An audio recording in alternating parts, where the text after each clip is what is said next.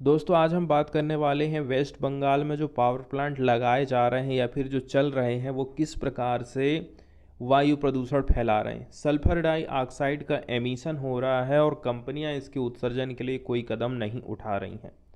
यहाँ पर हम एक नई टेक्नोलॉजी की भी बारे में बात करेंगे जिसका नाम है FDG।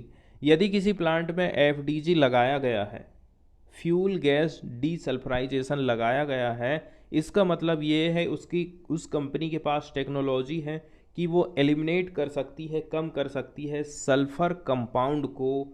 ठीक है, जो एग्जॉस्ट एमिशन हो रहा है कंपनी के द्वारा, तो सल्फर कंपाउंड को यदि हमें कम करना है, एलिमिनेट करना है, तो FDG टेक्नोलॉजी को अपनाना किसी भी प्लांट के लिए बहुत ज़्यादा अनिवार्य है। लेकिन ऐसा कोई भी सिंगल ऐसा coal based thermal power plant अभी तक बंगाल में हमें देखा नहीं गया है जिसने FDG को अपनाया हो। एक एनालिसिस किया गया किसके द्वारा, सेरा के द्वारा, centre for research on energy and clean air के द्वारा, of the states total coal based power generation capacity. यदि हम बात करें स्टेट गवर्नमेंट की कितनी पावर जनरेशन कैपेसिटी है, 13,686 मेगावाट की। Plants contributing 5,695 megawatt. इसमें से प्लांट जो है कंट्रीब्यूट कर रहे हैं कितनी मेगावाट, 5,695 मेगावाट। जैसे अलग अलग सोर्स से राज्य की सरकार बिजली बना रही है, उसमें से 5,695 मेगावाट शेयर किसका, कोल का है। Nearly 40% of the total capacity. इसका मतलब ये है आप लगभग आधा हिस्सा काय से बिजली बना रहे हो, कोयला से बना रहे हो। यहाँ पर एक भी जो है FDG यूनिट नहीं लगाई गई है and are yet to take any serious step to regulate sulphur dioxide emission despite the notification in December 2015। दिसंबर 2015 में ये नोटिफिकेशन गया था कि भाई सबको जो है FDG इंस्टॉल करना है, लेकिन FDG इंस्टॉल अभी तक नहीं किया गया है। बाकी की जो थर्मल कैपेसिटी है वो अनेबल है to complete installation of the technology within the allotted time frame. जो टाइम फ्रेम दिया गया है उस टाइम पीरियड के भीतर में प्लांट इस टेक्नोलॉजी को नहीं लगा पा रहे हैं, ऐसा स्टडी में कहा गया है। इसमें इंक्लूड है यूनिट्स विद 7,480 मेगावाट कैपेसिटी। कुछ ऐसी यूनिट हैं जिनकी कैपेसिटी है 7,480 megawatt, that have been awarded contract for FDG installation.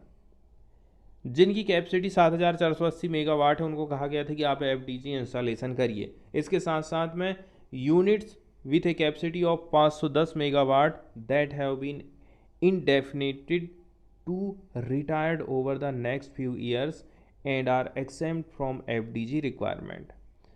कुछ ऐसे भी प्लांट थे जिनको सरकार ने क्या काम करी थी कि ये तो रिटायर होने ही वाले हैं, इनको FDG टेक्नोलॉजी लाने की क्या ज़रूरत है, तो ऐसा उनको थोड़ा छूट दे दी गई थी।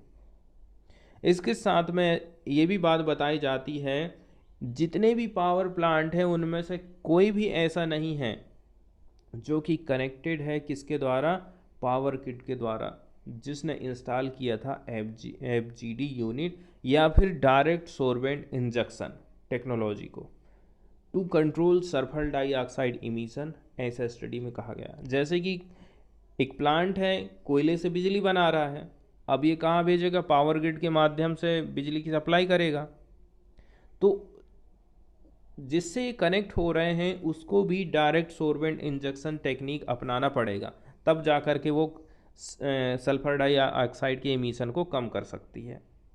इसमें ये भी हमें पता चलता है कि जो कोल कंजप्शन है किसके लिए, ग्रिड कनेक्टेड पावर जनरेशन के लिए।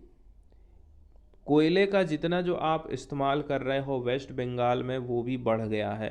पहले 40 मीट्रिक टन हुआ करता था 2015 में, जो आज के टाइम में बढ़ कर के 54 मीट्रिक टन हो गया है 2021 में।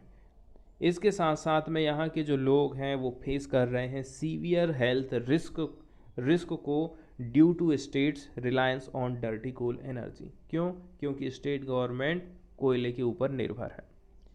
दोनों की ही हम बात करें, स्टेट रन पावर प्लांट मतलब सरकारी पावर प्लांट और private power generation unit have shield away from installing retrofit to control sulphur dioxide emission. ये क्या है, दोनों ही हिचकिचाते रहे हैं रेट्रोफिटिंग की स्थापना के लिए। रेट्रोफिटिंग के माध्यम से सल्फर डाइऑक्साइड का इमिशन कम हो जाता। अब हम बात कर लेते हैं केंद्र सरकार की तरफ से, मतलब ministry of environment, forest and climate change की।